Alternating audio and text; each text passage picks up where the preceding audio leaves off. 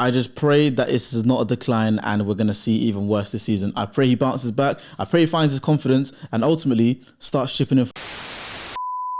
Yes, guys, welcome back to the Midz NBA channel. This is your home of football, and today we're talking about 3 attackers in the Premier League that need to have a better season, because last year, frankly, they were just... Again, I'm going to try and remove personal bias from these 3 attackers, but really, these are attackers that need to do better, haven't really been living up to either their potential or the expectation that their club and fans have set for them. So before we get started, make sure you subscribe, click the notification bell so you know exactly when I upload. And without further ado, let's get into number 3. Number 3 in this list is Marcus Rashford. On his day, Marcus Rashford is easily one of the best wingers in the world, but unfortunately his day doesn't come that often. Now we rewind 2 seasons prior, Marcus Rashford had an amazing season. All competitions, got over 30 goals for Man United, and things were looking up. People were thinking, is he finally going to find some consistency? Is he finally going to be living up to the expectation that was set on him all those years ago? The answer? No. Now, despite last season him scoring 7 goals in the Premier League, it's a decent tally and definitely more than I would probably even get in the Premier League. But for a player of his quality, we need to be seeing more. I get it, he did score the goal of the season contender against City in the City derby, but that was about it for the whole season. Now, he's been the subject of a lot of criticism, not only from the media, but from fans due to his constant injuries, him not showing up consistently enough, and also off the pitch deals such as like him going to nightclubs when he should be focusing or preparing for the next game. But hey, we're not judging over here. Now, the talent that Rashford possesses is undeniable. We all know on his day, as I said before, on his day, he can be one of the best wingers, maybe even the best players in the world. Now, if Man United want to return to their former selves, consistently competing for the title in the Champions League, being a serious contender, Marcus Rashford definitely has to buckle up his ideas or start looking for a new club. Damn, actually, that sounded kind of harsh. Thing is, I'm not even trying to be harsh on him. It's just that for a player that we can all see has the talent, he has the skill, the pace, the finishing, the ball striking ability, he can even take free kicks. I'm not even a United fan, but it frustrates me when I see players like this not living up to the potential or just being in and out of form, whether that's due to on the pitch things, backroom staff, confidence.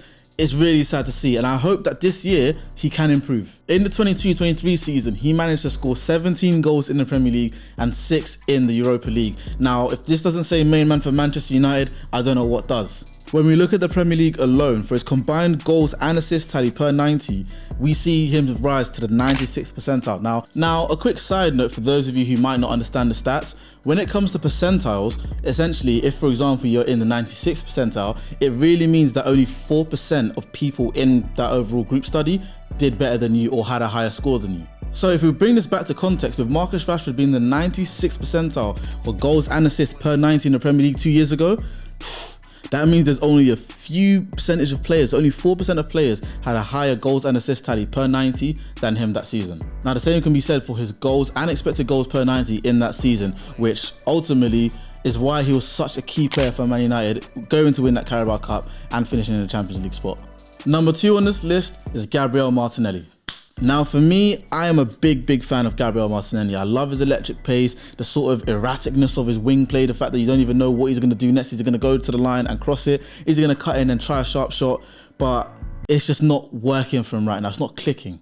Now, over the last 2 seasons, we've seen Mikel Arteta's Arsenal team challenge and push City for the title 2 seasons in a row now. And this is now an Arsenal team that want to win not only the Premier League, but in the Champions League, be competitive, as we saw them go to the quarterfinals of the Champions League last season. Now, in that last season, Gabriel Martinelli did not have a great time.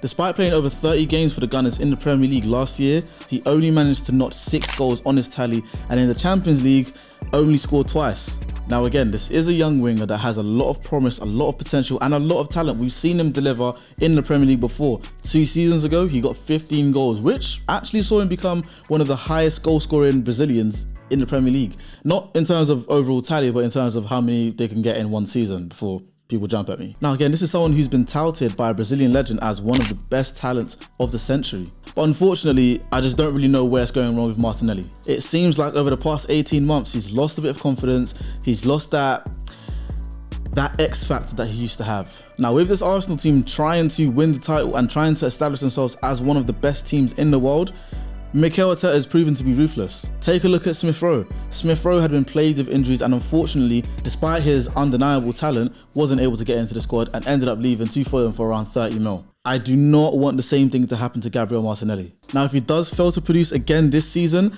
it does look like Trossard is going to take his place as the starting left winger. And it also raises questions about the depth in that position for Arsenal. This could then mean that they might move him on to look to get better wingers with, I guess, a similar profile, similar age and similar talent, such as maybe Kvaratskhelia, Rafa Leao, don't say it, and any other winger that is really fitting that same profile that Mikel Arteta wants in terms of efficiency, electrifying ability, and the 1v1 prowess. Now, again, because I like to use stats on this channel to back up my points, in that season where he notched 15 Premier League goals, Gabriel Martinelli was in the 95th percentile in terms of goals and assists per 90 in the Premier League. Again, meaning only 5% of players in the Premier League had a higher goals and assists ratio per 90. Now in the season just went, we've seen his percentile drop from being in the 95th percentile down to the 83rd, meaning that now 17% of players in the Premier League, or 17 forwards in the Premier Leagues, have higher stats than him. I just pray that this is not a decline and we're going to see even worse this season. I pray he bounces back. I pray he finds his confidence and ultimately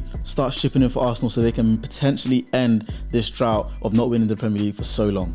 Now, before we go on to number 1 on this list, comment down below, do you agree with the players that I've named so far, and ultimately also who's going to be on number 1? Is there anyone else that I've missing in terms of who needs to have a redemption year this season? Now, number 1 on this list is Jack Grealish. Now, there's a lot to be said about Jack Grealish because this was a player who at Aston Villa was electrifying. This player would roam around in the pockets, picking up all sorts of space, chipping in with goals and assists, and essentially carrying his team on his back. Now, of course, we didn't expect him to do the exact same thing at Man City when he arrived for a massive £100 million. Of course, because they have the likes of De Bruyne, Bernardo Silva, other players that are much better that will do the heavy loading in terms of carrying the team and ensuring that the team gets all the assists and goals. And I think this is probably why a lot of people are confused as to, do City actually need Jack Grealish? During City's treble winning year, he was absolutely vital to the way that Pep Guardiola liked to play in terms of using his wingers as more of decoys, in the sense where Jack Grealish on that left-hand side, his main job was to frustrate defenders, draw fouls, draw cards to help his team move up into advantageous positions to get, set-piece goals, or even just link up with Erling Haaland and De Bruyne to, of course, score goals. However, since then, it looks like Pep Guardiola has lost faith in Jack Grealish as he's starting to play more wingers such as Doku and even Phil Foden on the left ahead of Jack Grealish. Now, last season in the Premier League for City, he only managed 20 appearances, and in these 20 appearances, he scored 3 goals. Now, in all fairness, in Jack's defense, he's never been that player to, I guess, be the one that is known for getting the most goals or the most assists. However, I don't think that's enough to save him from, I guess, the scrutiny that the media hasn't placed on him. Because me personally, if I'm signing a player for 100 mil, I don't want them to be useful just for 1 season. I'm looking for at least 3 or maybe even 4 seasons out of them of good, consistent performances. Now, if Jack Grealish's career starts to go on a bit more of a decline from now, he's only 28 years old, which means that this is like the prime of his years. This is when he should be really hitting the peak of his ability. And if he can't get into the City team over the likes of Doku, Savio, Foden, I'm not gonna lie, it's not looking good. It's not looking good at all. But there we have it. Those are 3 wingers in the Premier League who definitely need to have a redemption season this year. If there's any other players that you think needs a redemption season even more than any of these 3 wingers, let me know in the comments down below. As always, guys, subscribe to join MB United. I've actually settled on that name because I think MB United is kind of cool. It's like a team, all that sort of stuff. But yeah, subscribe to join the community of football lovers. Again, I keep you guys updated with entertaining videos like this. And also check out my social media platforms because I upload every single day, both on TikTok and Insta and on YouTube Shorts as well. Now, before you go, there is going to be a video popping up on screen, and I personally think you guys will enjoy this video as much as you enjoyed this one. So make sure you click here, and I'll see you next time.